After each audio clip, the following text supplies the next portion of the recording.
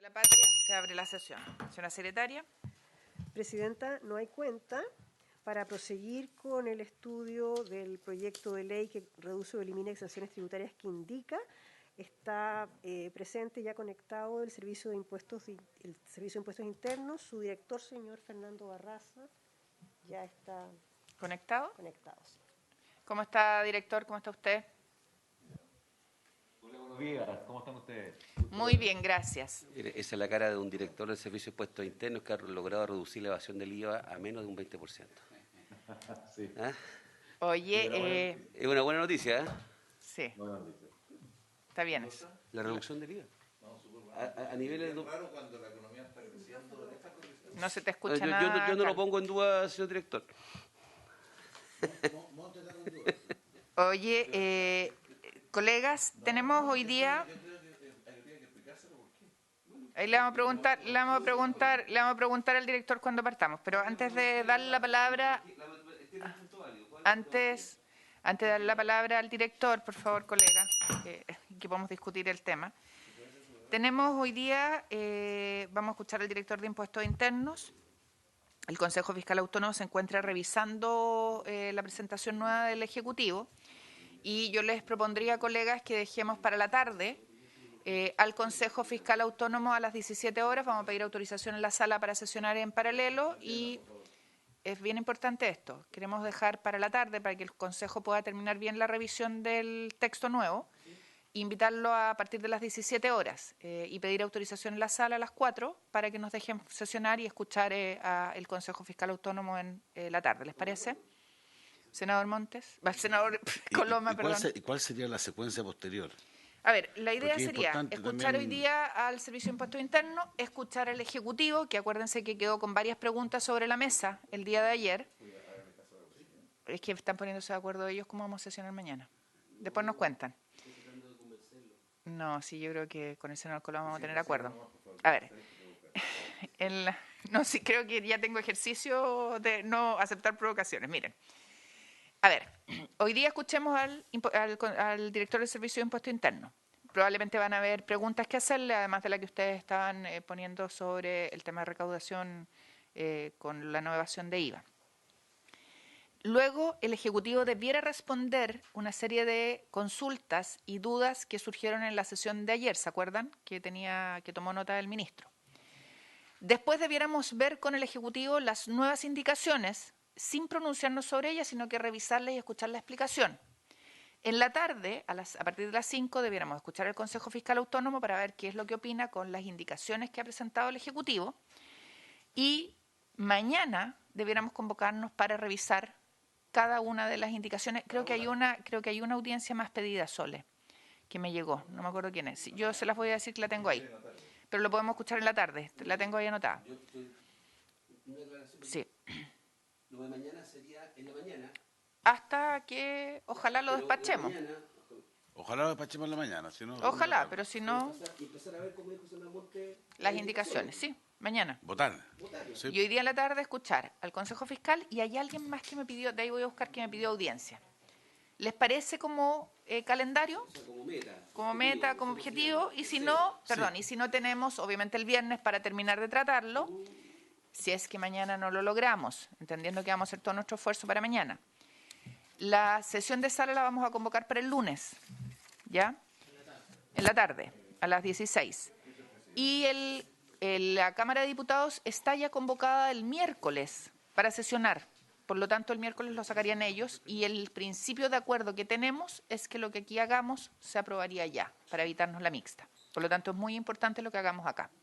¿Les parece como ruta? A mí lo que trataría es como intentaría despacharlo el jueves en la mañana. Y tengo un problema...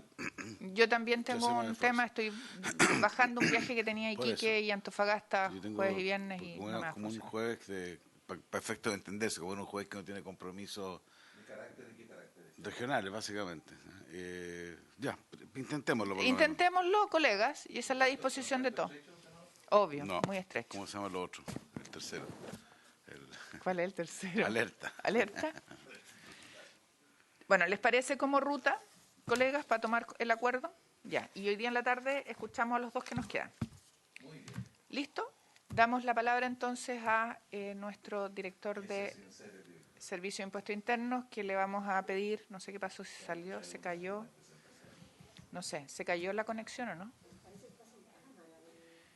Director, ahí está. Director, le voy a aprovechar de hacer la pregunta porque aquí unos lo felicitaban y otros querían saber cuál era la metodología o la magia que nos pueda introducir, porque es interesante, sobre todo para este tipo de temas de financiamiento, cómo logró reducir esa evasión. ¿Al 20%? Al 19% la evasión por concepto de IVA. Muy importante para este proyecto, por cierto, pensando en el financiamiento. Así que le doy la palabra y después queremos obviamente escucharlo, querido director Fernando Barraza, sobre el proyecto en cuestión. Y sí, la sesión de mañana va a ser en Santiago. Lo siento, Sole. Director, tiene usted la palabra. Ya tenemos acuerdo, Ricardo, de la ruta. Eso, me imagino.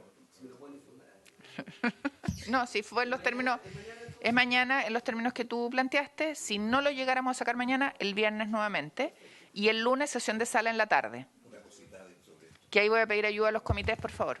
Creo que es bien importante que las indicaciones de trabajo el gobierno las entregue, ojalá hoy día, lo que acoja de eso para poder estudiarla también. En trabajo aumenta el costo ya con las cosas que han. Entonces sería bueno que lo cuantificaran y nos dijeran cómo lo va a financiar. Oye, por eso no podemos hoy día nosotros Lógico, votar nada, porque pero por lo necesitamos menos lo de que lo trabajo. adelante, que lo apure. Lo van a sacar ahora en la mañana. La Carola citó de 9 a 3, entiendo. Me refiero al gobierno. Sí. Juan Antonio, como esto cambia un poco el acuerdo de comités que teníamos de citar a sala jueves o viernes para despachar este proyecto, necesitamos ayuda para lograr el acuerdo de comité, y lo vamos a tener que tomar ahora, para que el lunes citemos en la tarde a sala. Sí, lo que pasa es que en la medida que salga mañana nos van a exigir que sea el viernes. Y yo creo que no tenemos cómo, porque hay que estudiarlo, hay que revisarlo, hay que hacer el informe, pero te pido ayuda a ti, Juan Antonio, para que hables con los otros colegas, y Pepe para que hables con el senador Galilea, y Ricardo y ustedes hablen con sus comités, por favor. ¿Ya? Gracias. Senadores. Director Barraza, tiene usted la palabra.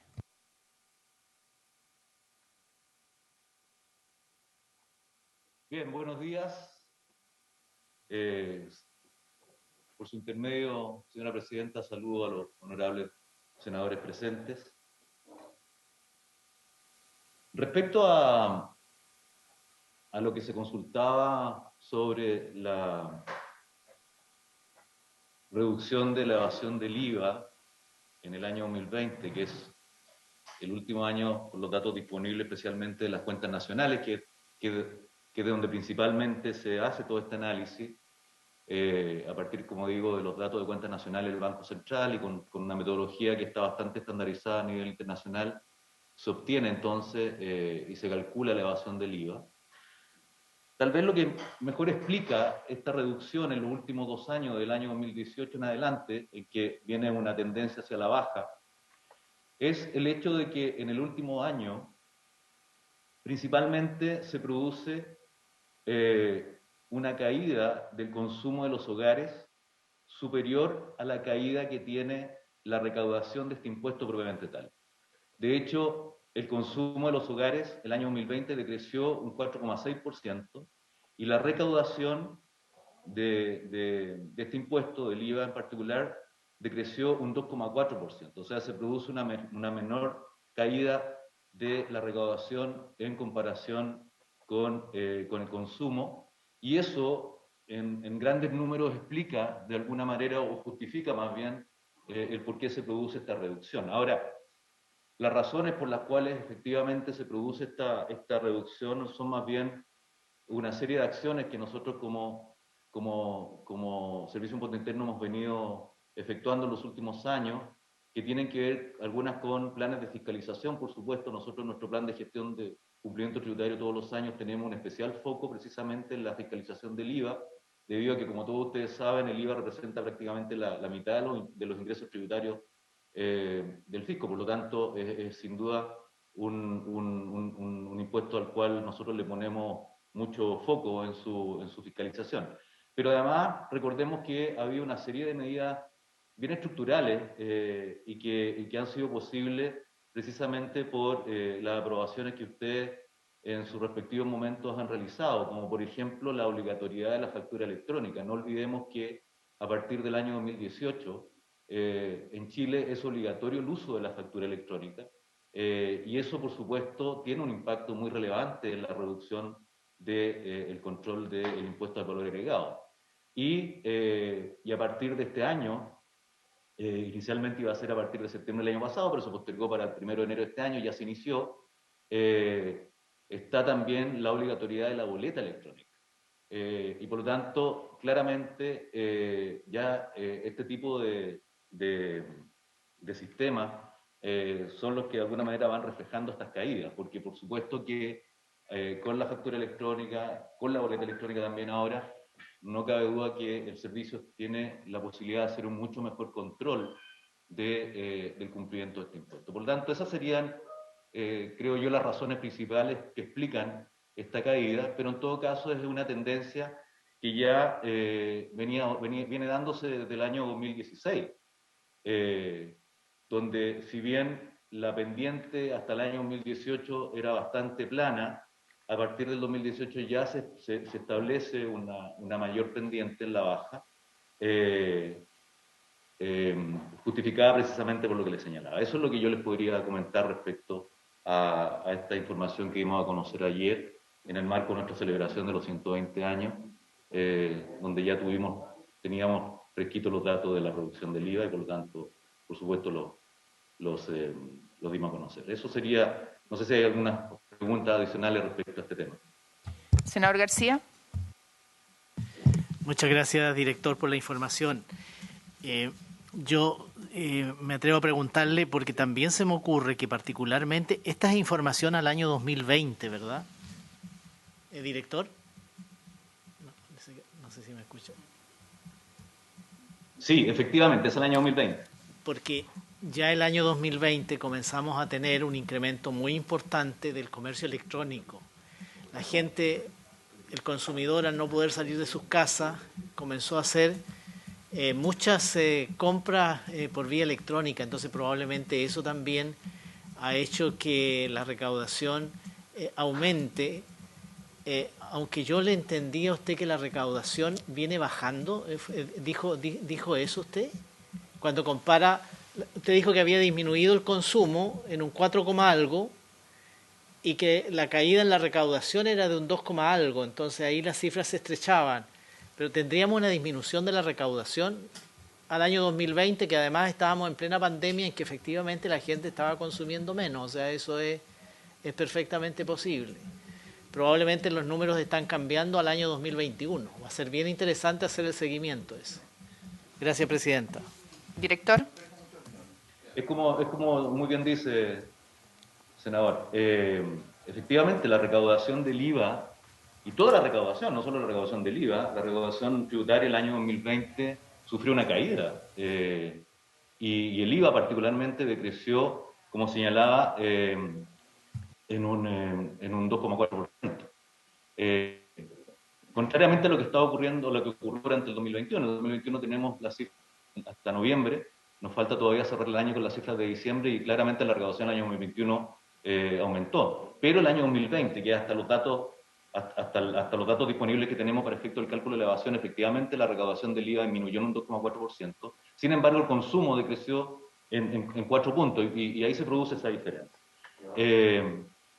Y también, como usted bien señala, efectivamente hay un impulso importante del comercio electrónico y no solo la compra de bienes y servicios, también está, y hay que considerarlo, el impuesto al IVA a los servicios digitales, que también empezó a regir a partir del año 2020 y eso también ha tenido un impacto en la recaudación de este impuesto.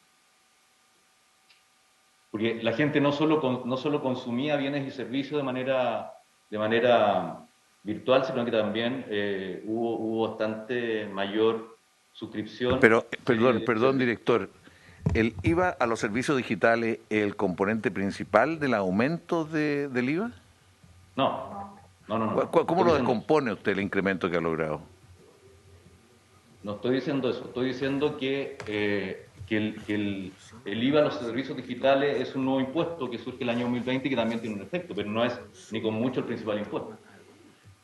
El IVA principalmente lo que tiene que ver hoy día es básicamente, o sea, el IVA hasta ahora es principalmente por el consumo de bienes y servicios. Muy bien. Adelante nomás, director. Perdón, director, refrésqueme la memoria. Servicios digitales quedó con una tasa única del 10, ¿verdad? ¿No es IVA estrictamente o es IVA? No, es IVA, es la IVA. misma tasa, es el Ya. 19%.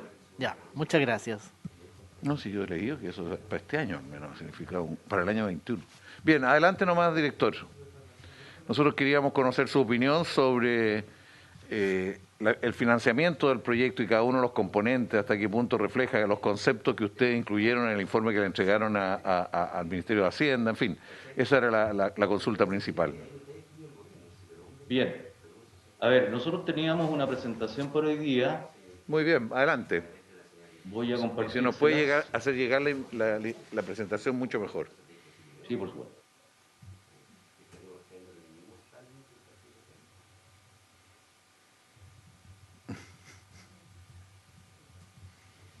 Hoy está reclamando otros partidos.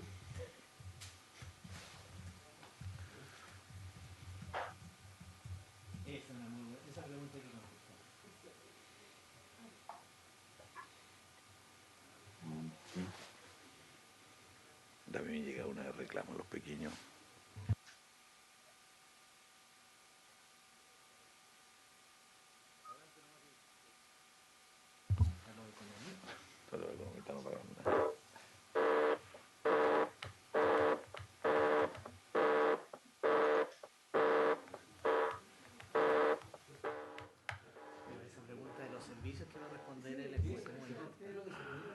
Ahí está.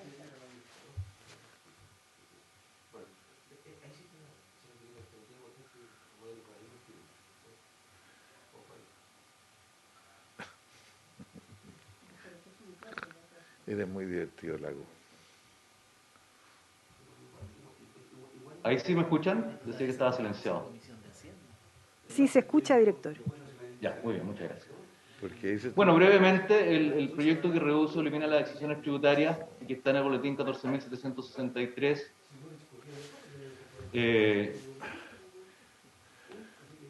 ¿puede hablar un poco más despacio, senador Coloma, que el senador Lagos, que nosotros no queremos entrar a...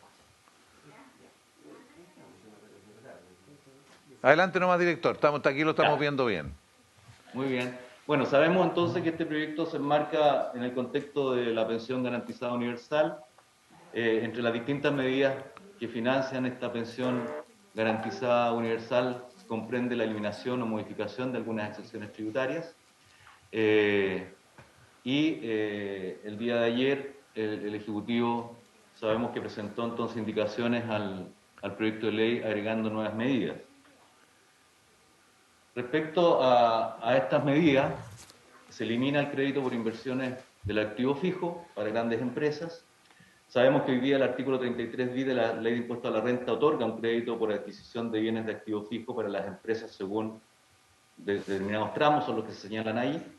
Y con la modificación entonces lo que se hace es que se elimina el beneficio del crédito para el último tramo. Y esto tiene una vigencia a partir del 1 de enero del 2023. Luego hay un tratamiento tributario para el leasing financiero.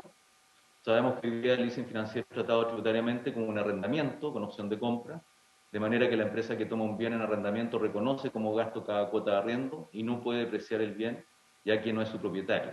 Y esto difiere del tratamiento financiero. Y con la modificación, entonces, lo que se hace es que se le da tributariamente al leasing financiero el mismo tratamiento que tiene de acuerdo a las normas contables, y esto es considerando al arrendatario para efectos tributarios como propietario del bien, lo que le permite entonces utilizar el crédito por activo fijo, depreciarlo en los plazos generales, mientras que el arrendador debe reconocer el total del ingreso pactado en el contrato. La vigencia de esto es para los contratos que se celebren a partir del 1 de enero del próximo año.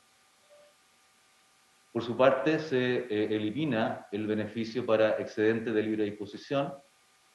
Hoy los excedentes de libre disposición sabemos que tienen un tratamiento más beneficioso que las pensiones, pudiendo ser retirados. Director, se pregunta acá si es posible ir haciendo algunas consultas de dudas que van surgiendo en el camino, porque si no se nos van perdiendo los temas. ¿Es posible Sí, que lo claro. vayamos interrumpiendo, le parece? Sí, por supuesto, encantado. Perdón, no presenté, estoy aquí acompañado por la subdirectora de Fiscalización, Carolina Saravia, la subdirectora subrogante de Normativa, Cecilia Fierro, y ellas me acompañan para efectos de poder... Muy bienvenida las dos profesionales. Bien, senador García quiere hacerle una consulta. Muchas gracias, presidente. Muchas gracias, director. Saludo a las asesoras que lo acompañan. A ver, respecto del leasing financiero, ¿podríamos volver a la lámina anterior, si es tan amable? Ahí está. A ver, yo de su presentación, director, saco las siguientes conclusiones, quiero saber si son correctas o no. Porque el hecho de que yo hoy día con un leasing llevo a gasto todo el pago mensual o anual, depende cómo esté acordado, tiene un efecto sobre la renta de la persona que está haciendo uso del leasing. Aquí usted nos dice, mire, aquí lo que haríamos con esta reforma es que voy a poder usar crédito por activo fijo, voy a poder depreciar en los plazos generales, por lo tanto es probable que yo no tenga una gran variación en mi renta. Yo, usuario del leasing, porque tengo estas compensaciones de usar el crédito por activo fijo y la depreciación. Y entendería yo que para el arrendador que va reconociendo ingresos mes a mes, año a año para efectos de renta, usted nos dice que el arrendador debe reconocer el total del ingreso pactado en el contrato. Eso puede significar, porque yo igual lo voy a seguir pagando mes a mes, eso puede significar, desde el punto de vista de la renta, un aumento de ingreso bastante significativo. ¿Lo estoy entendiendo bien o no es así? Lo está entendiendo bien, senador. Ya, El arrendador reconoce el total, con la reforma, con el cambio, el arrendador reconoce el total y el arrendatario, claro, solo el gasto por interés. Ya, muchas gracias, director. Bien. Senador Coloma, por favor. Aprovechando la línea de consulta, ¿usted tiene más o menos el margen de quiénes son hoy día los beneficiarios, o sea, que los que usan el leasing financiero para sus operaciones? A ver, quiero ser más específico. Quiero ver cuántos de la pequeña empresa hace uso en general de este sistema, porque uno de los efectos complejos que yo veo de esta exención, en lo personal, es que este es un sistema de financiamiento que es más fácil. La pequeña empresa, la empresa más grande tiene acceso al crédito generalmente directo del banco y no necesita, algunos pueden hacerlo por un tema de más facilidades, pero esto yo imagino que se usa mucho con la pequeña empresa. ¿Y cuál va a ser el efecto que esto va a tener? Porque esto al final va a frenar o no la inversión, porque si yo estoy pensando en pequeñas compañías de buses, que hay muchas en mi región, digamos, que compran 8 o 10 buses, no tienen capacidad de garantía en general para comprarlos todos, por eso lo hacen por la vía de leasing. Entonces no sé si ustedes han medido el efecto que pueda esto tener. El cambio, dices tú. El cambio. ¿Cuál va a ser el efecto que va a tener en el financiamiento de la pequeña empresa respecto de su inversión? Eso es un tema que me importa. Y segundo, aprovechando, oí que había hablado el tercer tema, aprovecho el tiro de hacer la otra, ¿no? No, vamos a ese. Después vamos el tema del retiro. Adelante, director. Sí, respondiendo a la consulta del senador Coloma por su intermedio, esto no afecta a las pequeñas empresas, porque las pequeñas empresas, de acuerdo a la norma, deprecian en el año. Esto está principalmente dirigido a grandes empresas, senador, porque son por bienes grandes que deprecian precisamente en periodos mayores de tiempo.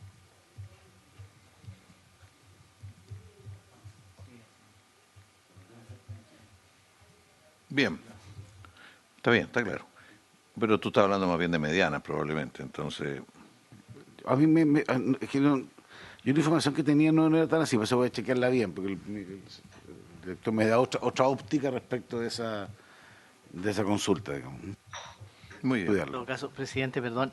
En todo caso, director, yo creo que la pregunta general que hizo el senador Coloma, si usted nos pudiera mandar información, no sé si será fácil obtenerla o no, pero qué bueno sería saber por sectores de la economía quiénes son los mayores usuarios de los sistemas, de los contratos de leasing, porque yo creo que lo tenemos en la agricultura, yo creo que lo tenemos muy fuertemente en la minería, y también creo que lo debemos tener muy fuertemente en la construcción. En casi todas las actividades. Yo creo que en casi todas las actividades, pero sin duda las que requieren de mayores, de mayor Capital. capital físico son las que probablemente lo usan de mayor forma. Si fuera posible tener esa información es solo ilustrativa, pero sería bueno tenerla. Muchas gracias.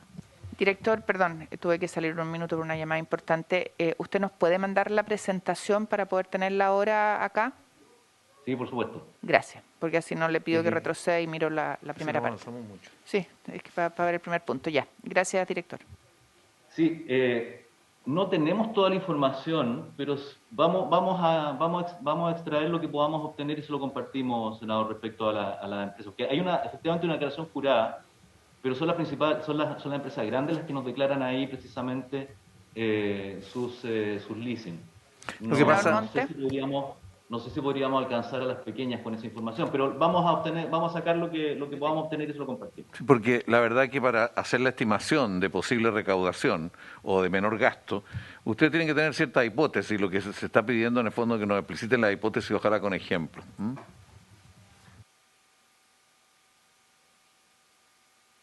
Ok. Tomamos nota y vamos a intentar responder a la consulta con información. Bien, ¿continuamos? Sí, director, continuemos. Perfecto. Perdón, ¿les puedo pedir a los colegas permiso para que me muestre el punto 1? Colegas, ¿podemos retroceder un segundo? Ahí retrocedí. Este era respecto al crédito por inversión al activo fijo. ¿Sí? Estoy leyéndolo. ¿Ah?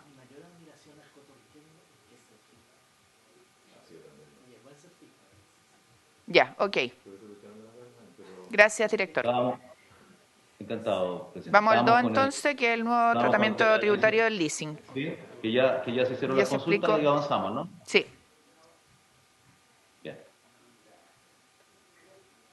Bien, otra medida de la que anunció ayer el ministro fue la eliminación del beneficio para excedentes de libre disposición.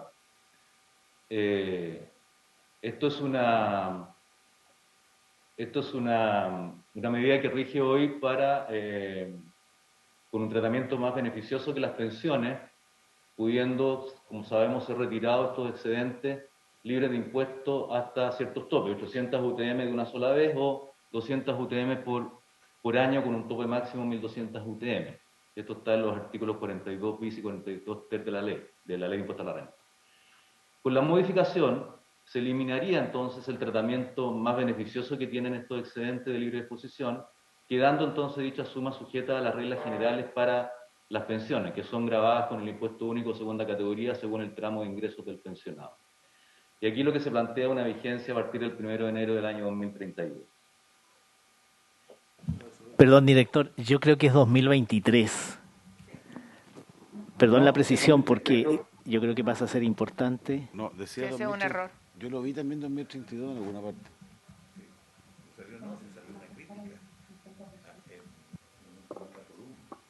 Nosotros entendemos que es del 2032, porque lo que busca, precisamente, busca no afectar a los que están pronto a pensionar. Para no afectar a las personas que han estado ahorrando bajo esa modalidad todo este tiempo.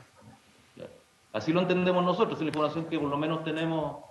Por eso oficial está de aprobándolo el participación. senador Montes esto, sin problema. Yo me voy a oponer. Senador Coloma. Director, aquí yo le voy a hacer una pregunta que no es tanto de... A ver, yo entiendo, yo estuve buscando antecedentes. La verdad es que esto es bastante poco recaudador. Esto estamos hablando, creo que es el que menos recauda de todos los cambios. ¿Cuánta gente usó? El dato que yo tengo del 2019, que está hablando un poquito de más o menos 10.000 personas con un promedio de 500 UF, o sea, estamos hablando de cosas muy poco significativas. A mí lo que me complica, por eso es más de mérito que de impuestos mismos, que esto es el cambio de una regla de juego bien importante, porque la regla era tratar de generar incentivos. Sí, es de fondo, porque quiero aprovecharse de si tiene la regla, la norma, que de siempre decir, tratemos de incentivar el ahorro en Chile. Y el ahorro tenía distintas formas de incentivarse. Una de las formas de tributar en la FP o lo que fuera, y la otra es que si usted lograba ahorrar más de lo que requería el 70% de la pensión, usted tenía un derecho libre al excedente, y eso es desde el inicio. Esto no ha sido cambiado, entiendo, en 40 años. Entonces, yo no alcanzo a entender la razón por la cual uno, de un elemento tan poco recaudatorio, que es el que menos recauda de todos los cambios, se altere una regla que al final desincentiva el ahorro. O sea, pues lo que va a pasar es que la gente va a considerar que todo lo que sea un ahorro adicional a lo obligatorio es una tontera, y eso creo que va a perjudicar la capacidad de ahorro general del país. Yo sé que no es tan de impuesto esta pregunta, pero sí puede ser útil la visión de cuál es el número de personas que hoy día han hecho uso de ese beneficio. Y el dato mío del 2019 que más o menos 10.000 personas con un promedio de 500 UF, o sea, no estamos hablando de cantidades mayores. Yo creo que lo que pregunta el senador Coloma, director, es bien importante y tiene que ver con una consulta que me hacía el senador García. Porque el mensaje, y lo decía ya el senador Coloma, era, ¿sabe qué? Ahorre, porque si usted ahorra va a mejorar su pensión. Y el beneficio de que usted ahorre es que está libre de impuestos. Una parte. Y resulta que ahora... Exacto. Y resulta... exactamente, el adicional. Y resulta que ahora le estamos diciendo, a partir del 2032, usted va a tener que tributar por la parte que retira de ese excedente. Entonces, la reflexión es, aquellas personas que ocupan este instrumento van a pensarla 2 veces a efecto de decir, no tiene mucho sentido, mejor hago otro tipo de inversión y no este ahorro. Lo que, ojo, repercute obviamente igual en el sistema financiero, porque era plata que hoy día estaba entrando al mercado, ¿no es cierto?, financiero. Y mi pregunta y mi reflexión es, ¿cuál es el impacto de esta medida desde el punto de vista de decirle a la gente, sabe que va a tener que igual pagar? Porque, y para explicarlo en sencillo, ¿qué es lo que lograba esta medida? Que la pensión que tú tienes se mejore o tú puedas mejorarla año a año o mes a mes retirando parte de esto, como complemento a la pensión que pactaste, ya sea en una renta vitalicia o en el retiro programado. Por lo tanto, director, ¿cuál es el impacto desde el punto de vista económico de impulsar algo como esto?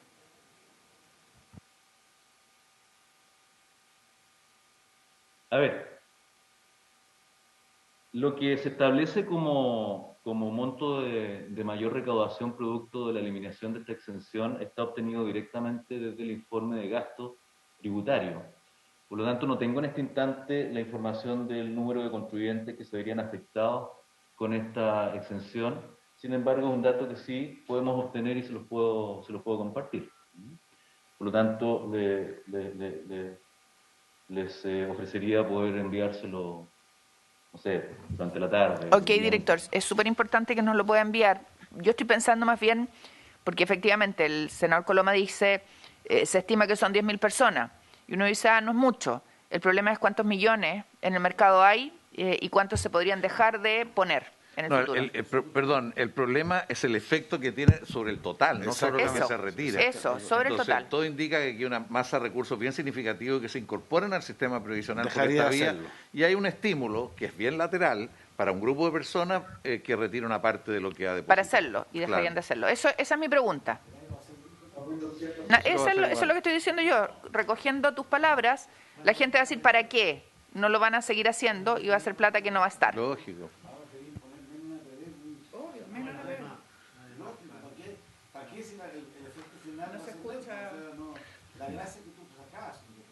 Eso es lo que dice el senador Coloma, es el punto. ¿para qué seguir haciéndolo si va a tener este tratamiento? Exactamente. Senador Monte. No importa. Sí.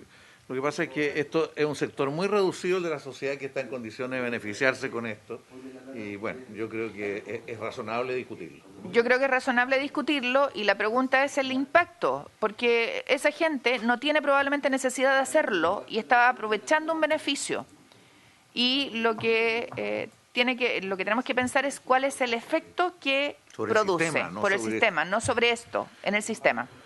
Senador García. Presidenta, perdón. Dado que en la tarde vamos a escuchar al Consejo Fiscal Autónomo, a mí me encantaría escuchar... No se escucha, senador García. Dado que en la tarde vamos a escuchar al Consejo Fiscal Autónomo, a mí me encantaría escuchar por algunos minutos al superintendente de pensiones en la tarde sobre este tema. Si pudiera venir, creo que sería muy bueno para que nos ilustre. Bien, acordamos solicitarle, ¿le parece? Lo que esto va a representar. Que no venga, sino que esté en la pantalla. Claro, que esté en la pantalla. Gracias. Claro. La consulta es que me explique cómo funciona el sistema hoy día, cuál es el incentivo que hay, ¿Y cuál es el efecto sobre la masa de...? Hoy, sin reforma alguna, ¿y qué podría implicar el que si se introdujera esto? ¿Le parece razonable? Para que lo explique pedagógicamente y lo entendamos todos bien. No, si nos concentramos, yo creo que podemos... Bueno, dejamos al... Yo estaba hablando de otras cosas, pero no quiero entrar en eso. Le ofrezco la palabra al director.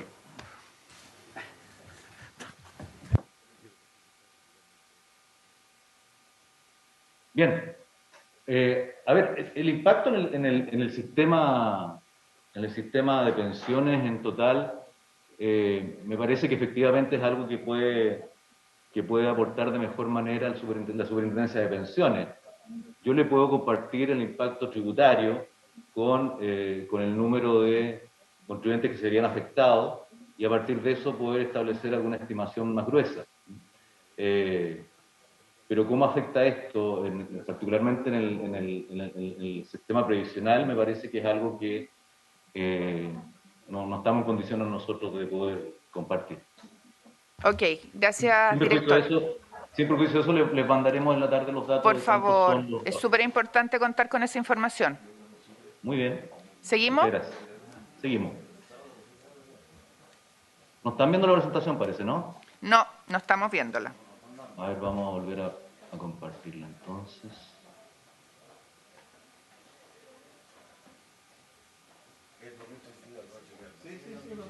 Por eso que se han reído de esta medida de eliminar la excepción a partir del 2022.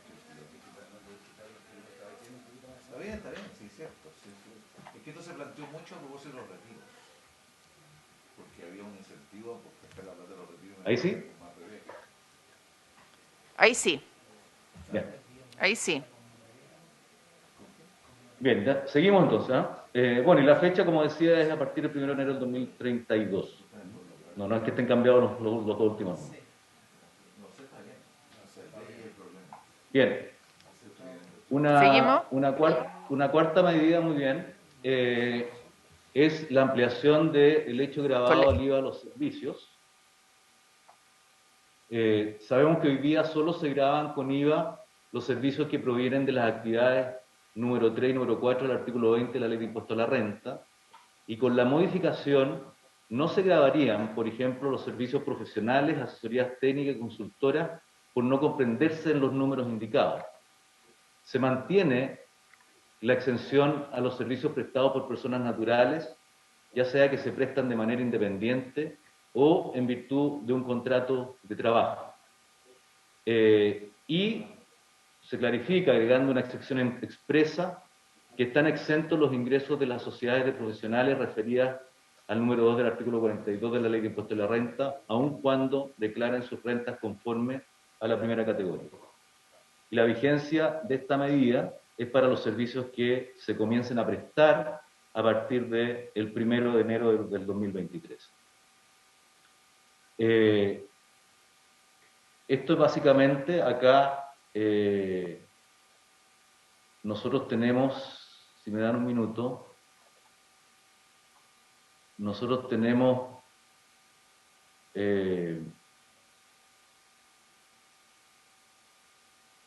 identificado cuáles son los servicios que se afectarían o no, y Eso es lo que más nos importa. Sí, y en la ¿Tener certeza actualidad, de quiénes? sí, claro. En la actualidad sabemos entonces que la ley del IVA grava los servicios que se encuentran mencionados en los artículos 3 y 4 del artículo 20, Sí. el número 3 y 4 del artículo 20 de la ley de impuestos a la renta. Por ejemplo, los servicios industriales, los servicios de explotación marina, los seguros, los servicios de compañías aéreas, de bancos, de sociedades administradoras de fondos, de servicio de construcción, periodístico, publicitario, radiodifusión, televisión, procesamiento automático de datos, corretaje con oficinas establecidas, martilleros, agentes de aduana, embarcadores, agentes de seguro que no sean personas naturales, colegios, clínicas, laboratorios, hospitales, empresas de diversión y esparcimientos. Estos se afectan en la actualidad. Entonces, con la modificación, se graban servicios que han sido catalogados como servicios del número 5 del artículo 20 de la Ley de Impuestos a la Renta. Por ejemplo, mandatos civiles, cobranza judicial o extrajudicial, distintos tipos de certificaciones, por ejemplo, certificación del origen de productos agropecuarios, certificación de instalaciones de gas, inscripción a congresos y similares, cobro de derechos de andén y uso de losas, servicios de ingeniería, servicios call center, las asesorías técnicas que pueden ser prestadas por profesionales, instituciones privadas o públicas, estoy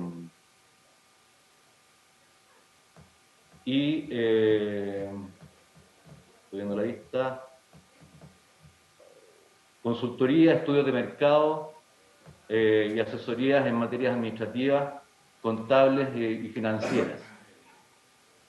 Todo ello quedaría grabado con IVA siempre y cuando el servicio que se preste sea prestado por empresas, no por personas naturales que prestan el servicio directamente con su trabajo personal. Vale decir, si el servicio se presta directamente por una persona natural, sin empleo de capital, usando principalmente su capacidad física o intelectual, quedaría exento entonces por tratarse de servicios prestados por contribuyentes del artículo 42, número 2 de la Ley de Impuestos a la Renta. Vale decir, trabajadores independientes que prestan servicios profesionales o de otras ocupaciones lucrativas como abogados, contadores, arquitectos, gaffeters, jardineros, fotógrafos, en fin. Y tampoco quedan grabadas las sociedades de profesionales. Eso es básicamente lo que nosotros hemos interpretado de lo que se está proponiendo. Muchas gracias, director. Démonos un momento para clarificar esto, senador Coloma. Pero usted tiene una lista de los que, porque hasta ahora lo que yo entiendo es que la letra B son los que entrarían nuevos, por así decirlo, ¿no? Con la modificación no grabada, por ejemplo, los servicios profesionales, asesoría técnica y consultoría, por no comprenderse los números indicados. Ergo entiendo que eso sí pasarían hoy día a tributar en esa lógica. ¿Está bien, don Fernando? Acumulemos preguntas, acumulemos si otras ustedes preguntas. Y si dentro de los números ustedes tienen Ricardo, una ¿quieres especie de catálogo de todos aquellos, o la codificación de todas aquellas actividades que sí cambiarían de estatus jurídico para estos efectos. Gracias. ¿Sabe por qué se lo pregunto, don Fernando? Porque aquí hay mucha casuística, hay mucha cosa particular que preguntan, oye, los que se dedican a tal cosa, tal cosa, tal cosa. Entonces, como aquí hay una referencia general a la norma y ustedes tienen los códigos de esas actividades, a nosotros nos ayudaría clarificar exactamente cuál es el diseño que se ha hecho para estos efectos. Gracias. Senador Lagos, prenda su micrófono, por favor. ¿Tenía la presentación del ministro de ayer? Pasa, es que ahí está el tema de los servicios, para hacerle la pregunta. Ya, no tenemos la cuestión. Ya. Esta es la de Cerda, ¿no? ¿O no? Esta no es la de ayer. Bueno, yo mientras tanto... No, ya lo hago corta. Director, si usted pudiera volver a poner la última lámina que tenía en pantalla. Es que yo no sé cuál es la de Cerda aquí. ¿Esta es la de ayer? No, pero es de él. Ya. Pero mire, si usted pudiera volver a poner el tema de los servicios. No, pero no le prestaste. Aquí está. Dice, Oye, es bombero. dice, en el tema de los servicios, dice, usted dijo hoy solo se graban con IVA los servicios que provengan de la actividad de los números 3 y 4 del artículo 20. ¿Ya? Y esos son, por ejemplo, comercio, industria, actividad extractiva. Y los servicios profesionales, asesorías técnicas y consultoría no se encuentran grabados con IVA, pues no están comprendidos los numerales antes indicados. Entonces, yo entiendo que lo que hace la ley, me puede aclarar usted, es que la ley identifica positivamente aquellas actividades que están sujetas al IVA en servicios. Es lo que yo llamo una lista positiva. ¿Ya? O sea, todo lo que está identificado va a pagar el impuesto. Eso es lo que yo entiendo. Y ahora, lo que tratamos de entender nosotros es que la legislación dice que va a introducir una modificación y la pregunta es, ¿se puede tener una lista de qué va a quedar comprendido entonces con la nueva disposición que propone el Ejecutivo? Tener una lista de qué servicios van a quedar grabados. Pero No, termine nomás. O sea, porque aquí no se hace al revés, no se dice, mire, todos los servicios van a estar grabados salvo estos. Eso es el criterio inverso, que es hacer la lista negativa, la lista de lo que no queda comprendido con grabado en servicio, que es un camino. Ese camino tiene la seguridad de que lo que dice en el fondo es todo está universalmente grabado salvo lo que está explícitamente exceptuado, y no ahora que lo que tenemos hasta hoy día es una lista positiva de esto está grabado con IVA de servicio. Y nos deja la dificultad, avanzando ahí, uno requeriría entonces ser muy preciso de qué es lo que queda grabado. A veces es más fácil identificar lo que no quiero grabar con un IVA de servicio que es un camino inverso. El efecto no es exactamente el mismo, que es lo que queda o no, pero a mi juicio cuando usted dice esto está exceptuado, yo entiendo entonces que cualquier servicio, incluso los que no conocemos hoy día, sabemos que van a estar sujetos al IVA de servicio. Eso es un camino. El otro es, no, vamos a ser tan exigentes y vamos a ser más acotados y vamos a decir que solamente esta lista está sujeta al IVA en servicios. Y por eso que hoy día, con esta indicación, sería bueno contar con esa lista, para que así uno va a decir solamente estos servicios están grabados. Está claro. Ya. Es la misma dirección de lo planteado por el senador Coloma, que es llegar al nivel de las listas. Yo quiero hacer una pregunta un poquito más general. A mí me ha llegado un conjunto de mensajes y llamados de personas que tienen pequeñas empresas de servicio, que no son prestaciones prestadas por personas naturales y tampoco son sociedades profesionales. Y van desde personas que se reúnen para tener una pequeña empresa de seguridad o que hacen un tipo de servicios constructivos, y son empresas, pequeñas empresas, que se ha buscado formalizarla a través de distintas vías. De acuerdo a cómo está esto definido, todas ellas tendrían que pasar a pagar IVA, porque no son ni personas naturales, ni sociedades de profesionales. O sea, todos ellos tendrían que incorporarse a IVA. Esa es la preocupación, porque los casos que a mí me han planteado quedarían fuera de rango para efecto de tener una mínima rentabilidad. O sea, eso es lo que ellos consideran por la manera en que se concibe el IVA, porque también ellos podrían cargar todo lo que compran en el caso que haya que comprar insumos. Quisiera también entender eso complementariamente a lo que han dicho los colegas. Don Fernando Barraza, le ofrezco la palabra. Muy bien, ¿me escuchan? Sí, le escuchamos, bien. Sí, vamos a compartir una lista y se las mandamos, pero efectivamente lo que se busca es que como principio todos los servicios estén afectos a IVA,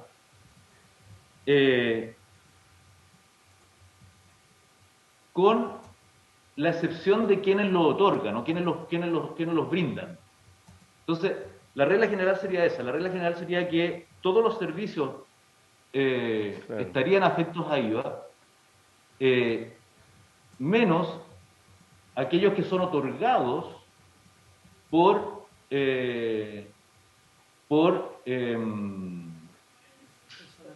personas naturales, por ejemplo. Y se exceptuarían solamente, por ejemplo, los servicios profesionales, los de asesoría técnica y consultoría, porque no están comprendidos los números correspondientes, pero todos los, efectivamente, como señalaba el senador Lagos, efectivamente lo que busca esta norma, como nosotros la interpretamos, que estarían todos los servicios afectos a IVA y haciendo efectivamente la excepción de los casos en que estos servicios son brindados por sociedades de profesionales, que son aquellas que están establecidas en el artículo 42, en el número 2 de la Ley de Impuesto a la Renta. Por lo tanto, con eso paso a responder la consulta por su intermedio del senador Monte. Efectivamente, senador, es como usted interpreta. Efectivamente, los servicios que brindan estas pequeñas empresas también estarían afectos al IVA. Ahora, por otro lado también, si bien todas estas cosas tienen impacto, por supuesto, hay que entender, sin embargo, que aquí estamos hablando del IVA. Y por lo tanto, el IVA, por la estructura, ¿verdad? Finalmente, quien termina pagando el impuesto es quien recibe el servicio. Por lo tanto, desde la perspectiva, puede efectivamente haber aquí un efecto de liquidez la primera vez, tal vez, pero en definitiva, por tratarse de la estructura del impuesto del IVA, más allá del tamaño de la empresa que brinda el servicio, esto en definitiva, quien debiera finalmente pagar este IVA sería, como señalaba yo, finalmente el consumidor, que en este caso sería el receptor del servicio. Eso es lo que podría yo Muy bien. compartir respecto a las dudas que surgen respecto al tema. Y de la lista, por supuesto, se la compartiré. El listado viene en camino, ¿no? No todavía, pero se lo mandamos apenas terminemos. Yo quisiera hacer un recuerdo histórico. Cuando esto mismo que usted se está haciendo ahora se hizo respecto a la construcción, a todo el sector de construcción, lo que se hizo fue crear un incentivo. Porque en la transición y en todo el proceso hay de hecho, costos que van a recaer sobre las empresas que están incorporándolo. Y el 65% del IVA a la construcción se les devolvía. La discusión que hay en otro de los puntos de este mismo proyecto tiene el mismo origen del que estamos hablando ahora, el origen, no el desarrollo posterior porque tuvo algunas variantes. Bueno, acá se está poniendo a todas las empresas pequeñas que en muchos casos compiten, entran al mercado en virtud de que tienen un costo menor para quien los compra. Efectivamente, el que paga al final es quien recibe el servicio. Entonces, probablemente ustedes han medido eso en distintas actividades. Yo creo que esto es bien variado el efecto, pero va a tender a desformalizar, creo yo, a que a las personas les va a convenir más actuar como personas individuales que como sociedades. Porque si actúan como pequeñas empresas van a tener IVA. Si no actúan como pequeñas empresas no van a tener IVA. Entonces me gustaría entender esa cierta... dos cosas. Uno, si ha pensado alguna gradualidad para incorporar esto porque tiene un proceso de instalación. Y en segundo lugar, ¿qué efectos puede tener sobre la desformalización de las pequeñas empresas de servicio? Don Fernando. Sí. Bueno, respecto a gradualidad no tengo información. Como digo, esto es algo que se define en el ámbito de la política tributaria, por lo tanto es algo que debería responder Hacienda. Lo que nosotros sabemos es que, tal como está planteado la propuesta de la norma, establece una vigencia a partir del 1 de enero del 2023. Por lo tanto, yo al menos no tengo información de que se quiera establecer alguna gradualidad.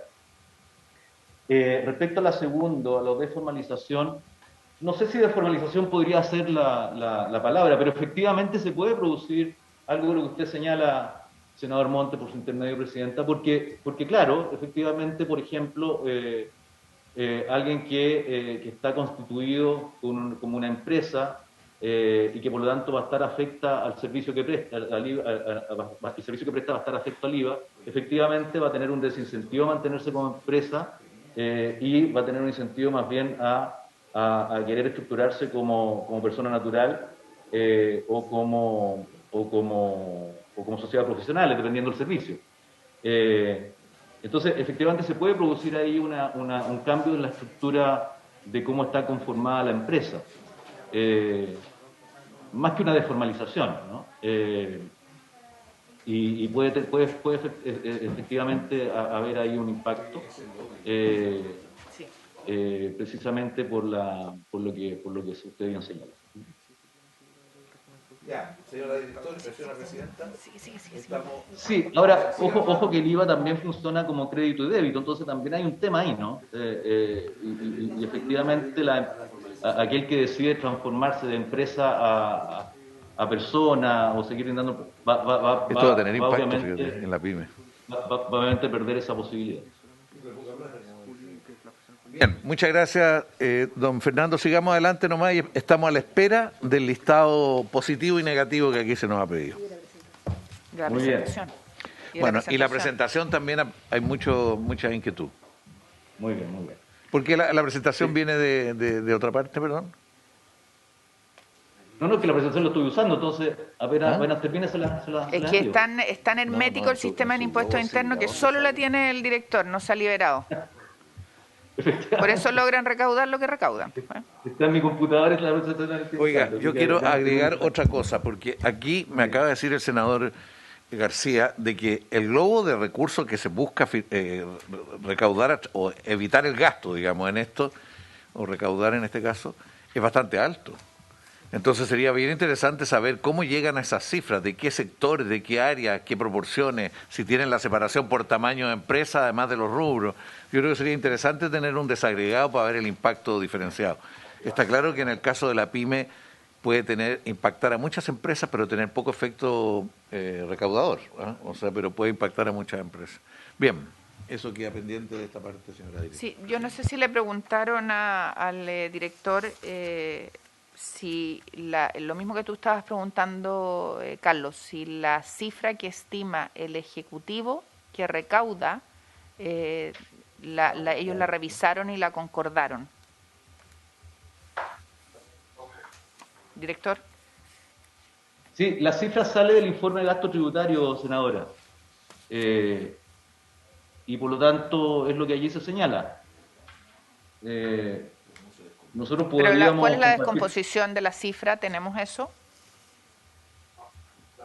No. Sí, no tenemos descomposición porque ese análisis, ese cálculo se hace en base a la matriz insumo-producto del Banco Central. Y con eso llegamos entonces a estimar cuánto es el gasto tributario asociado a esta ¿Y el Banco Central, extensión. perdón, director, cómo la construye?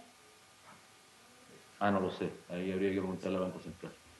Pero, perdón, es que yo supongo que el Banco Central debe tener información de algún lado, y ¿quién mejor fuente de información que ustedes? Nosotros compartimos información con el Banco Central y es probable que de ahí se tome información para efecto de construir la matriz de insumo producto, pero no tengo claridad respecto a cómo ellos la construyen. Ya, entonces tendríamos que invitar al Banco Central hoy día en la tarde. Yo creo que sería súper importante a raíz de la respuesta del director. ¿Les parece, colega? Senador Coloma. Yo le mandaría la pregunta que le contesten más para que... No, porque se van a estar hoy día, o sea, para tratar de tener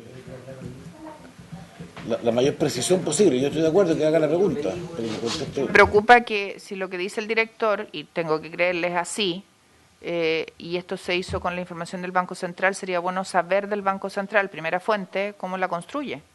Yo no tengo inconveniente en que le mandemos la pregunta, pero mandemos y que nos venga a responder acá.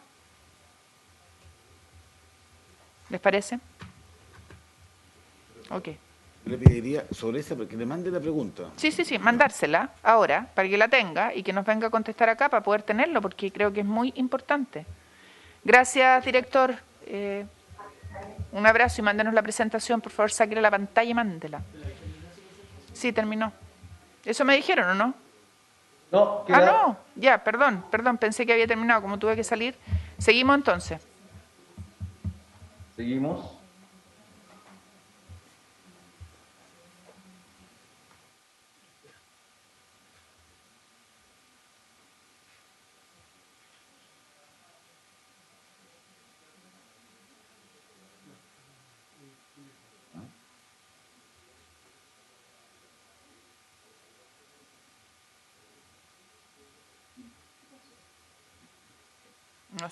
No sé qué pasó.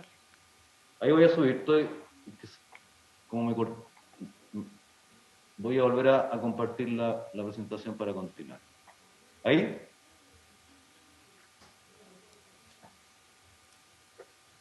Bien. ¿Se ve? Sí. Bien. Otra de las medidas que se incluyen en el boletín, en el proyecto, es eximir del IVA los servicios, prestaciones y procedimientos de salud ambulatorios que se proporcionen sin alojamiento, alimentación o tratamientos médicos para recuperar la salud y que sean propios de prestadores institucionales de salud, tales como hospitales, clínicas o maternidades, incluyendo el suministro de insumos y medicamentos en la ejecución del servicio ambulatorio, utilizados y consumidos en dicho procedimiento e incluidos en el precio. No se incluyen los servicios de laboratorio. y esto tiene vigencia a partir de los servicios que se empiecen a otorgar el 1 de enero del próximo año.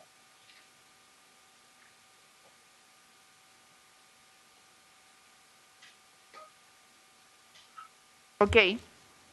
Esto es aclaración. Sí.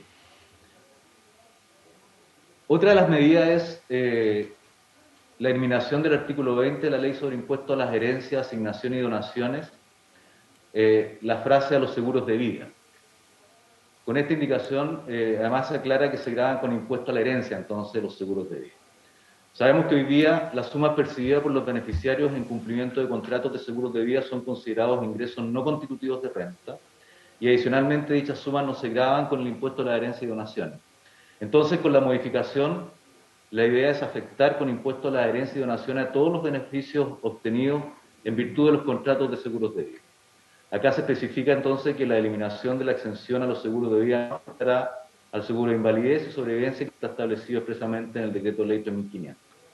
Y la vigencia son todos los contratos de seguro de vida que se celebren desde la publicación de la ley. Vale decir aquí, la idea no es afectar, entendemos, al stock de seguros ya contratados, sino que los nuevos seguros que se empiezan a celebrar a partir de la vigencia de la ley. ¿Continuamos? Sí, senador. Director, ¿cómo entiende usted, o qué entiende, dejarlo claro, con los seguros de desgravamen? O sea, porque esos son seguros que tienen que ver con la vida, pero están en función de pagar el crédito. Yo entiendo que ustedes eso lo consideran que paga impuestos o no paga impuestos, porque esos son seguros, pero que no tienen el beneficio pecuniario directo que más que no sea extinguir una deuda. Entonces, si va a agregar la necesidad de pagar, vamos a tener un problema grande con los seguros de gravamen, creo yo, a menos que usted entienda que la interpretación que eso no se aplica a los de gravamen. Nosotros entendemos que esto no afecta al seguro de gravamen, senador. Porque eso es importante. Sí, así lo interpretamos nosotros, que esto afecta específicamente a los seguros de vida y son las sumas percibidas desde el seguro de vida, ¿no? Que es distinto al seguro de gravamen. ¿Y cuál sería?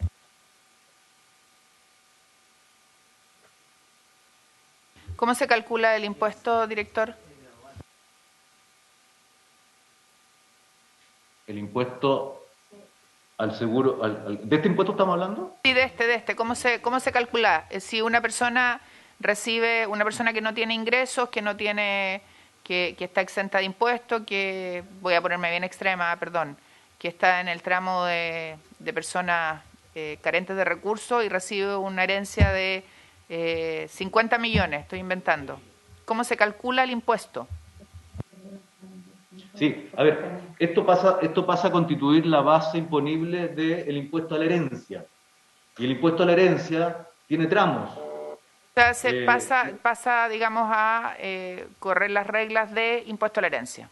Así es, tal cual, Yeah. tal cual. O sea, esto pasa a ser parte de la masa hereditaria y entonces conforma la base imponible de la herencia y se afecta en función de lo establecido en esa ley a través de los tramos correspondientes.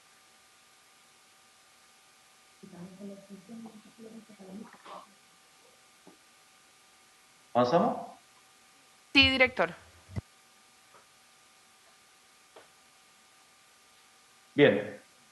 Otra de las medidas que es agregar en el número 1 del artículo 7 bis de la Ley sobre Impuesto Territorial un párrafo que establece entonces que no estarán grabados con sobretasa los bienes sujetos a aplicación del artículo 27 de la misma ley. ¿Qué significa esto? Que hoy están afectos al pago sobre tasa de impuesto territorial los bienes que son propiedad del fisco cuando son ocupados por terceros.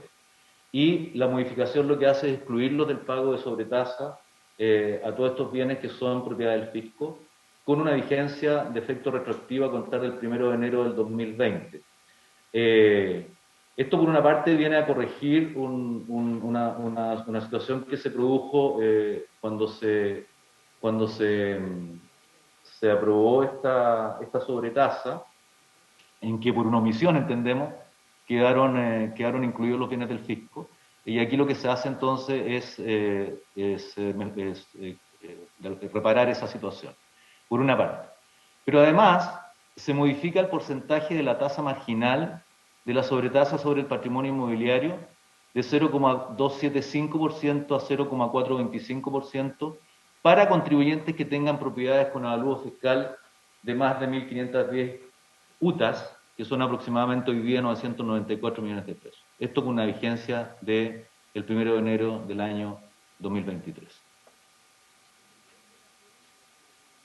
¿Continuamos? ¿Alguna consulta? A ver, senador García. Sí, a ver, director, yo quiero que usted nos entregue detalle del primer punto, que tendría efecto retroactivo a contar del 1 de enero del 2020 respecto de bienes de propiedad del fisco.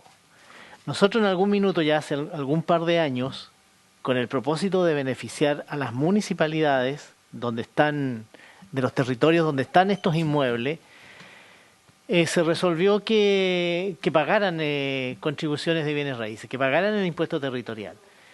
Yo, en realidad, por lo que uno lee, me da la impresión de que aquí habría inmuebles que, debiendo haber pagado, no lo han pagado. Por eso el efecto retroactivo al 2020. Entonces, lo primero que quería es verificar eso. Segundo, yo entendería que esto es de beneficio municipal. Esa es mi otra consulta, y si estamos perjudicando a los municipios con esta norma retroactiva, además. Gracias, director. Bien, primero hay que hacer una distinción respecto a las contribuciones y esta sobretasa. Esto no afecta a las contribuciones, esto afecta solo a la sobretasa. Y por lo tanto, no deberían afectarse los municipios, porque lo que es de beneficio municipal específicamente son las contribuciones, ¿no?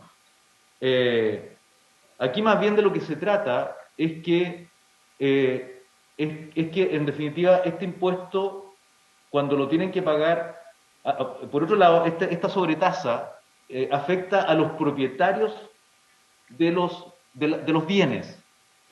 En el caso de las contribuciones, cuando son propiedades del fisco que están concesionadas o qué sé yo, ahí quien paga es en este caso el concesionario, y ahí la contribución se paga. Por lo tanto, nosotros no vemos que tenga un impacto entonces en las arcas municipales.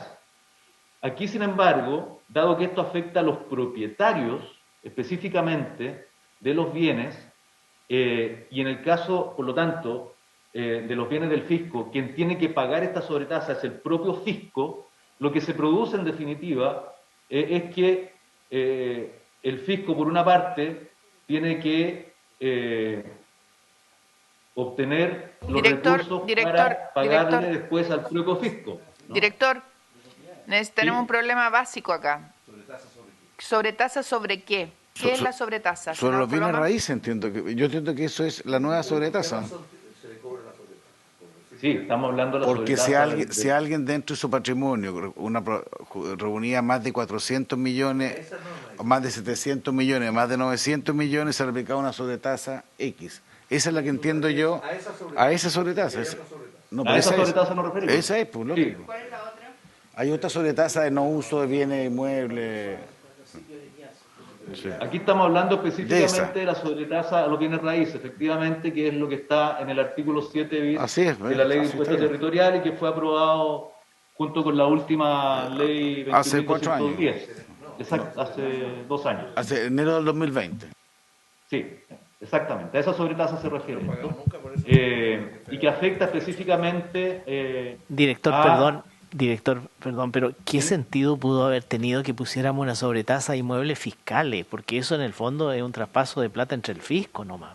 Bueno, es que eso es justamente lo que intento explicar, que efectivamente hubo una omisión, pareciera ser, en ese artículo, que no excluyó a los bienes fiscales. Y lo que se busca entonces con esta propuesta en la primera parte es efectivamente resolver esa situación, donde efectivamente se produce ahí el traspaso de un bolsillo al otro dentro del mismo fisco, ¿no? Por eso que se establece entonces esta Perdón, propuesta, director, es que tenemos y una por eso el efecto discusión. retroactivo. Tenemos una discusión acá de fondo y usted puede hacer ver la luz. ¿Cuál sería No. el sentido? Voy a hacer la pregunta. De que un bien fiscal, ya que está exento hoy día porque está dentro del uso fiscal, pague esta sobretasa, saca el fisco de un bolsillo y le entrega al fisco en el otro bolsillo. ¿Cuál es el sentido? Yo le Es veo sentido. exactamente al revés, senadora. Explíquemelo. Es exactamente al revés. Lo que está ocurriendo hoy día es justamente lo que usted señala. Lo que está ocurriendo hoy día es que los bienes fiscales no están quedando exentos de esto, están grabados en este instante de esta sobretasa. Y lo que se busca con esta propuesta es precisamente excluirlos de esta sobretasa. Perfecto, para que ya no se entonces produzca ahí esto tiene de que- sentido. Eso es. Entonces, hoy Ya. día El efectivamente... edificio del Congreso. El edificio del Ministerio de Hacienda, por ejemplo, tiene más de 900 millones y había una tasa, de acuerdo. Que le al concepto. estaban cobrando. Sobretasa. O sea, Y le estamos cobrando. sacaba el Ministerio de Hacienda de su presupuesto y Un le bolsillo. pasaba a la tesorería. Exactamente, tal cual. Eso es lo que se intenta resolver con esto. Y por Ya. eso la vigencia retroactiva, Perfecto. ¿no? Yo Porque Senador esto fue... Coloma. Ya, ahora entendí yo, No, senador Coloma. yo sí así lo entiendo. Tengo una duda conceptual adicional, porque hay... voy a poner un ejemplo que puede ser malo. Correos de Chile no sé si funciona para efectos de fisco para estos efectos. Pero si Correos de Chile compite con un montón de courier privado, ¿por qué al privado le va a cobrar sobretasa por sus bienes y al fisco que compite con el privado no se la cobra? Entonces eso también, miremoslo, yo también hay que mirar esa lógica. En muchos casos no se va a dar, porque efectivamente tiene que ver con la sobretasa del Ministerio de Hacienda o edificios públicos, pero pueden haber edificios públicos que compiten con privados y al privado sí se lo cobra y al público no se lo cobra. Ahí es donde yo veo que hay una asimetría. No sé si ocurre eso efectivamente. Salvo algunas excepciones, senador, por su intermedio, presidenta, las empresas públicas no son consideradas fisco para estos efectos.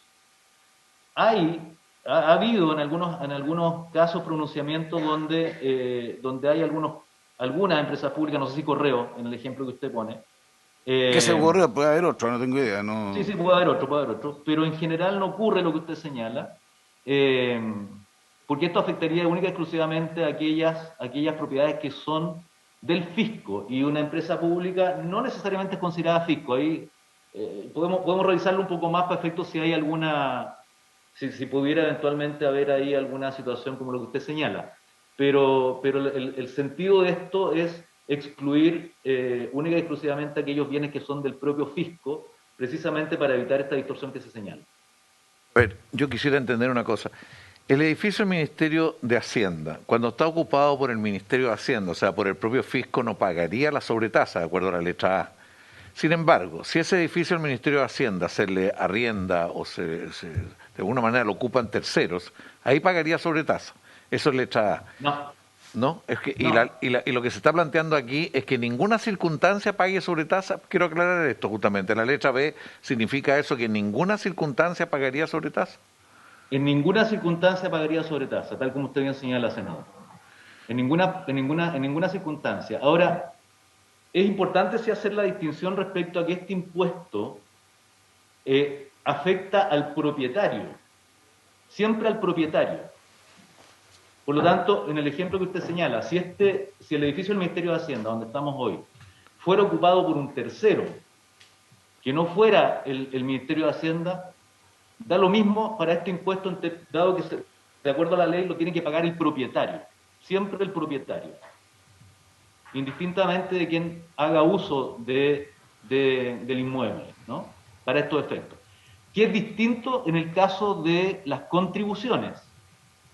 Allí las contribuciones, expresamente cuando se trata de, por ejemplo, concesiones, aun cuando el bien sea del fisco, quien paga la contribución es el concesionario. Por eso la diferencia, ¿no? Sí, pero si el presupuesto nacional lo tenemos lleno de ítems de pago de IVA distintas al Ministerio que debiera pagar el Ministerio de las Públicas, se lo ponen como costo, ¿se ha fijado en el presupuesto en distintos ministerios? Justamente ese iba, para las concesiones de carretera. Claro, pero esto como Es este que eso lo impuesto, la encuentro. sobretasa de raíz, como de bienes raíces, afecta exclusivamente al propietario siempre. Da lo mismo si está concesionado, si está arrendado, si está Ok. prestado, en fin, ¿no? Entonces, bueno, eso es lo que intenta en la primera parte, resolver esta situación, y por eso entonces la vigencia retroactiva del 1 de enero del 2020, dado que, de hecho, en este instante la mayoría de las, no sé si la mayoría, pero hay varios servicios públicos o organismos públicos que efectivamente no han pagado esto porque tienen que pedirle la plata a la DIPRE para que se la pase para después pagarlo. O sea, se genera esta distorsión, ¿no? Eso es la primera parte de esta propuesta. Ahora, la segunda parte es distinto. La segunda parte, que es el punto 7.1 ahí en el slide, es establecer un porcentaje adicional mayor para aquellos contribuyentes que tienen propiedades que en la suma de los avalúos fiscales sumen más de 994 millones. Hoy día, tal como está la norma que se aprobó hace 2 años,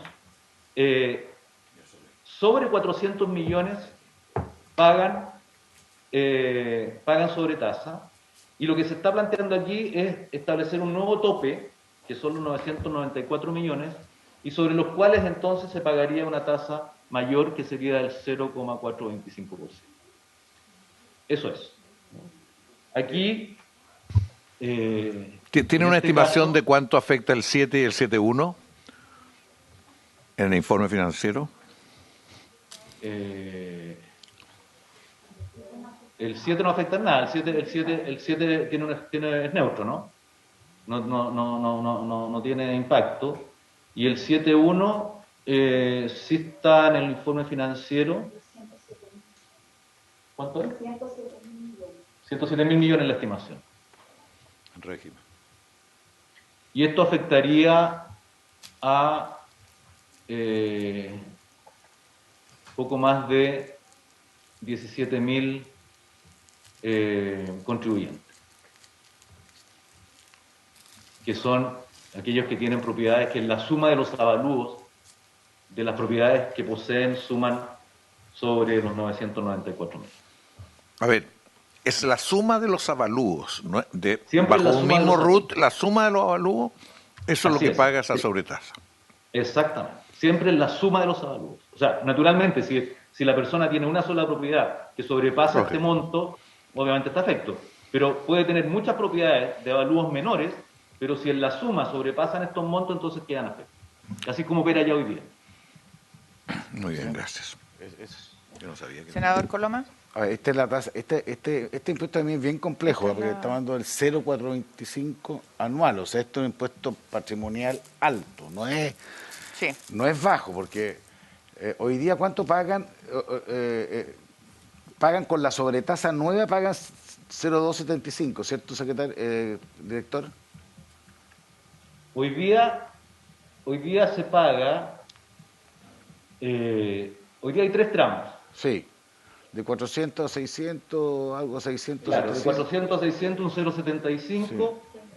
Eso queda igual, sí. eso no cambia, 0,075, perdón, sí, eso no cambia. Luego hay un segundo tramo de 1.175 a 1.510, que es un 0,15. Y luego por sobre los 1.510 paga el 0,275. Entonces lo que se establece ahora es que sobre los 1.510 pague entonces esta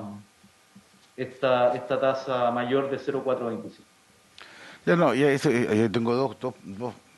Yo soy contrario a esta sobretasa. Creo que un impuesto patrimonial que lo que va a generar es efecto inverso. Digamos, la gente es un desincentivo a la inversión. Esto no es un tema de impuesto interno, es un tema más económico, más lógico. Lo que siempre interno, lo que va a pasar acá, me imagino, es que claro, cuando es una propiedad que vale eso, no hay, pero los otros se van a vender o van a aportarse a sociedades, porque aquí lo que mata son las sumas. ¿Se fija? Entonces, creo que eso es lo que va a ocurrir. O sea, no veo otro efecto diverso de eso. Además que 0,425 es un impuesto muy alto, muy alto. Es un impuesto patrimonial realmente fuerte, digamos. Pero creo que además va a generar un incentivo a dividir propiedad muy alta o vender. Así que yo creo que el efecto recaudador de esto va a ser bastante menor del que el gobierno plantea. Yo quiero aclarar al respecto y me gustaría oír el comentario del director, que de hecho es el impuesto a los súper ricos. O sea, porque aquí el impuesto a los súper ricos es patrimonio inmobiliario más patrimonio financiero.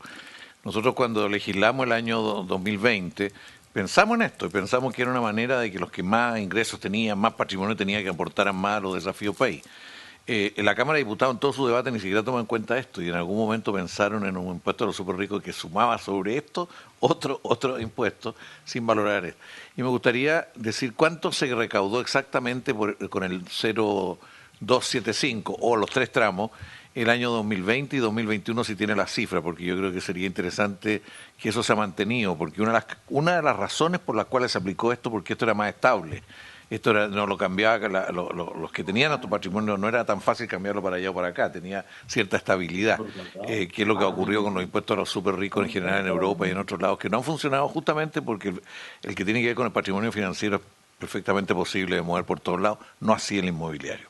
La discusión que quedó pendiente es a cuántos RUTs se sumaba esto, y al final quedó solo a un RUT. No sé si recuerdan ustedes, hubo un debate, porque una empresa puede tener varios RUT también, o sea, había un problema. ¿Qué es lo que se suma? Y eso quedó, sería bueno que nos aclarara el director cómo quedó. Si una empresa tiene varios, o una persona tiene, no, una empresa tiene varios RUT, ¿cómo opera la suma? Eso. Director. Sí. A ver, los datos que nosotros tenemos es que aquí en total, de hecho, el año 2021 hubo 56.629 contribuyentes que estuvieron afectos a esta sobretasa. De estos 59.629, bueno, y esto recaudó 236 millones de dólares. La suma de los tres, ¿cierto? La suma total, o sea, el total de la recaudación del año 2021 de esta sobretasa fue 236 millones de dólares, pagada por 56.629 contribuyentes. ¿Bien? Ahora, de esos 236 millones de dólares, 231 millones de dólares provienen de 17.743 contribuyentes que están en el mayor tramo. Qué salvaje. Y la diferencia, que son 5.000 millones, se divide prácticamente igual entre los otros dos tramos. Por lo tanto, efectivamente, aquí la mayor contribución proviene, efectivamente, de quienes tienen las propiedades más caras. Y son a ellos, precisamente, aquellos que se les está incrementando la tasa con esta propuesta.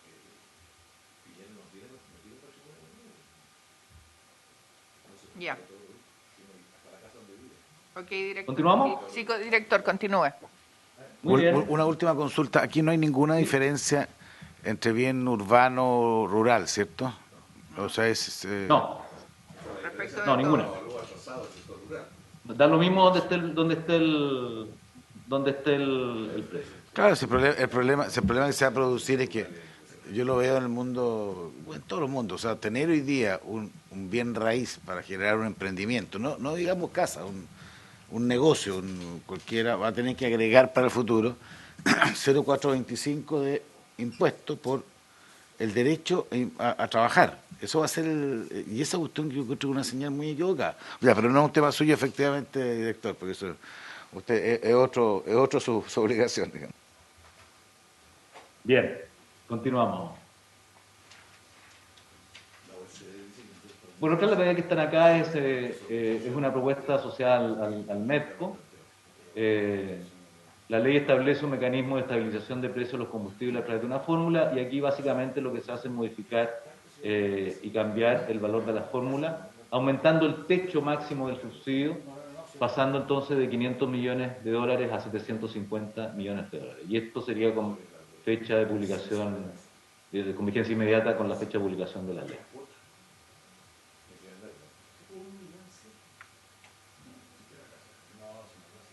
Y bueno, por último hay un nuevo impuesto sobre las propiedades de ciertos bienes de lujo, cuyo precio corriente en plaza sea igual o superior a 40 millones de pesos, considerando los bienes que tenga el contribuyente al 31 de diciembre del año inmediatamente anterior. Y aquí se incluyen helicópteros, aviones, yates, automóviles, techos vagos y similares. Y esto también con vigencia desde el mes subsiguiente a la fecha de publicación del diario oficial. Eso también tiene vigencia prácticamente inmediata. Esto hoy día no existe, es algo que se crearía, ¿no? Eso.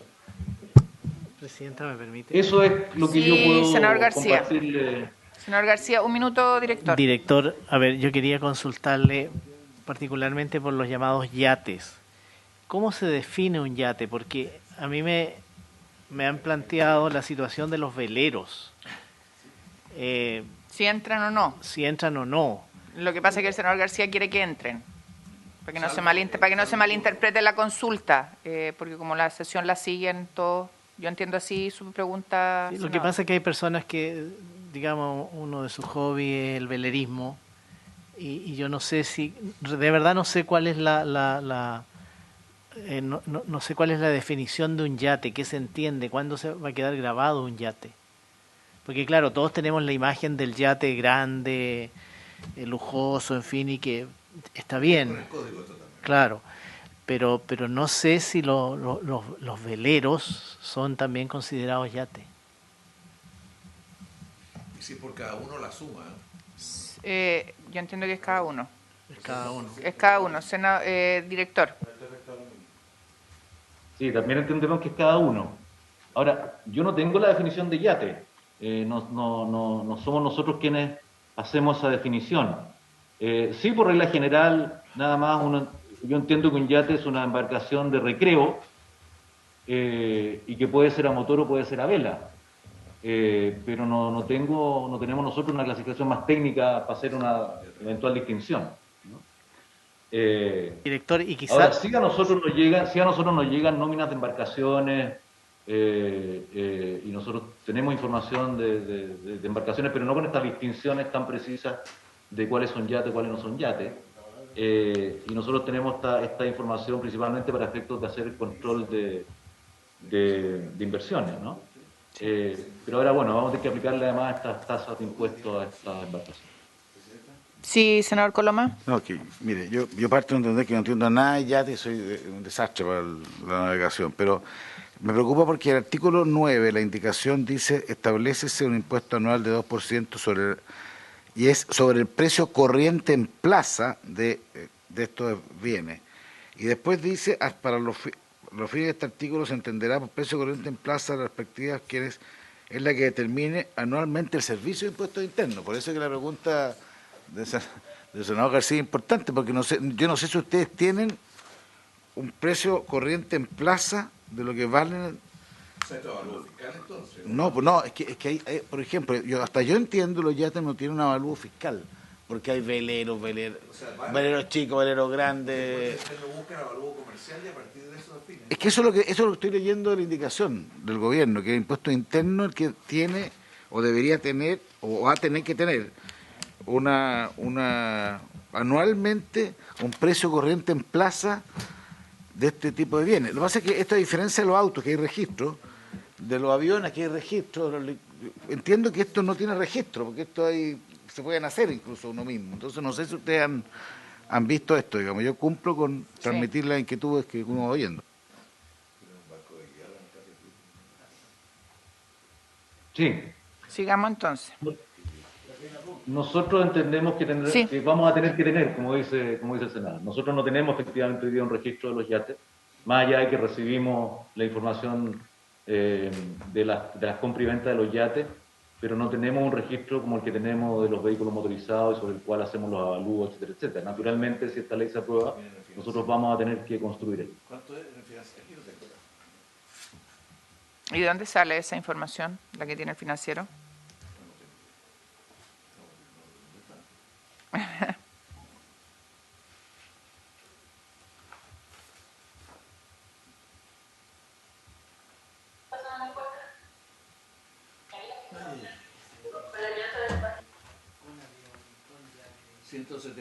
helicópteros, 900 Eso eran helicópteros con género. aviones privados, 866 yates y 40.000 autos de lujo que harán grabados con el nuevo impuesto. Si son chicos tienen menor avalúo. Pues quizás hay que cobrar un avalúo, ¿no? Si me pregunta, presidente, si yo no...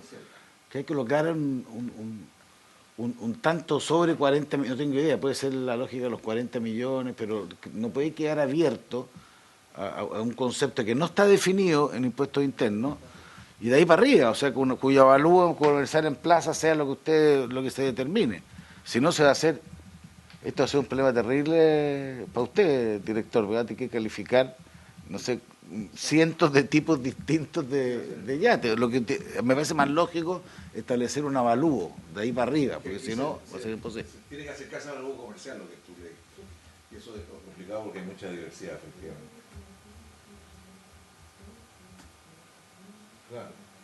El financiero habla de aquellos que valen $500.000, que eso sí es distinto de uno que puede valer. Sí. No, la norma no distingue, la norma habla un concepto que no está definido. Por eso que claro, entonces esos son, es que eso lo entiendo, son yates que tienen un cierto valor. Ya, director. De aprobarse esta norma, naturalmente... Perdón, estoy tratando de escuchar al director. De aprobarse esta norma... De aprobarse esta norma, naturalmente nosotros tendríamos que interpretarla y tendríamos que evaluar las embarcaciones de este tipo en base a la norma legal y por supuesto tendríamos que recurrir a definiciones de otras leyes o organismos técnicos. Es lo que nosotros hacemos cada vez que nos corresponde tener que aplicar las normas en este tipo de bienes.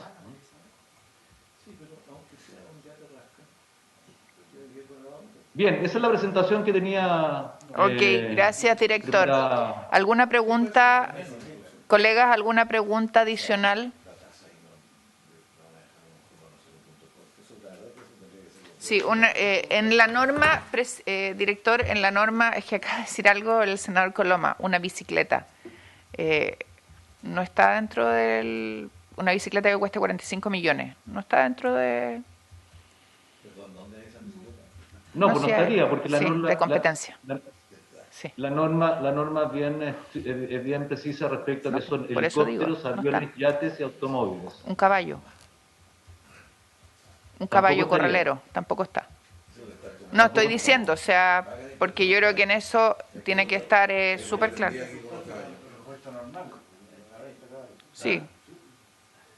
No, el punto, no tiene permiso de circulación el caballo, así que no es el tema. El punto es que hay que fijar reglas que no vayan al lado del absurdo. O sea, y quizás no es trabajo de impuestos internos, es trabajo nuestro, es decir, que ese tipo de bienes con un valor X, digamos. Porque si no, esto va a ser imposible para todos. Si podemos estar hablando de 50.000, 100.000 de este tipo de elementos que no es el concepto que uno imagina y que estuvo en la mente, creo, cuando se inspiró esta norma, que era una cosa, se habla de lujo. Entonces eso es lo que tiene que ir acompañado a una cierta evaluación. Sí.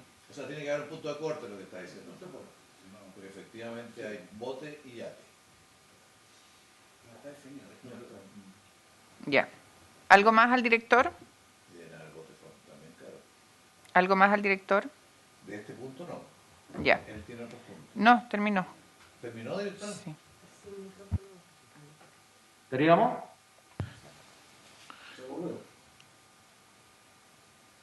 Sí. ¿Estaríamos? Yo no sé si hay más preguntas, colegas. Estamos 11:30. Gracias, director, por su presentación. Muchas gracias, presidenta. Muchas gracias, señores senadores, por su intermedio, Presidenta, y bueno, siempre hay disposición para poder colaborar y intentar responder cualquier duda. Sí, el listado. Quedo con el compromiso de enviarle la presentación de inmediato, más tarde la lista de los servicios y una estimación que también comprometimos con más tarde. Ok. Muchas gracias. Hasta luego. Que estén muy bien. Hasta luego.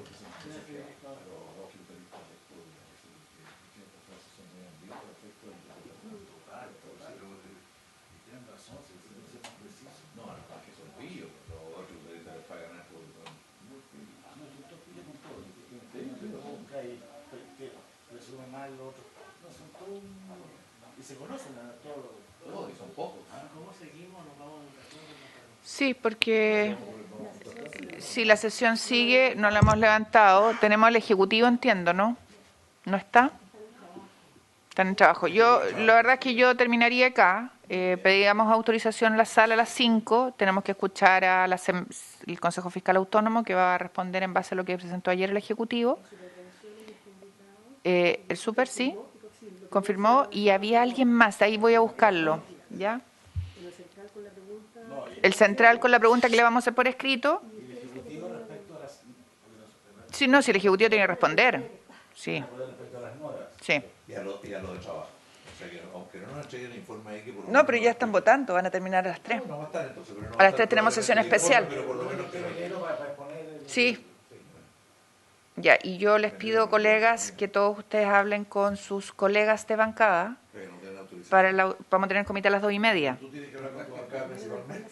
No, en mi bancada está nuestro colega Huenchumilla como jefe de bancada y nos ha hecho muy grata la vida en todo nuestro acuerdo comité. Y el senador Coloma es parte del comité y lo ha visto. No tengo ni un problema. ¿Ya? Oye, les pido ayuda con sus jefes de bancada. En el caso de la UDI, no, bueno, habiéndose cumplido el objeto de la sesión, se termina. Oye.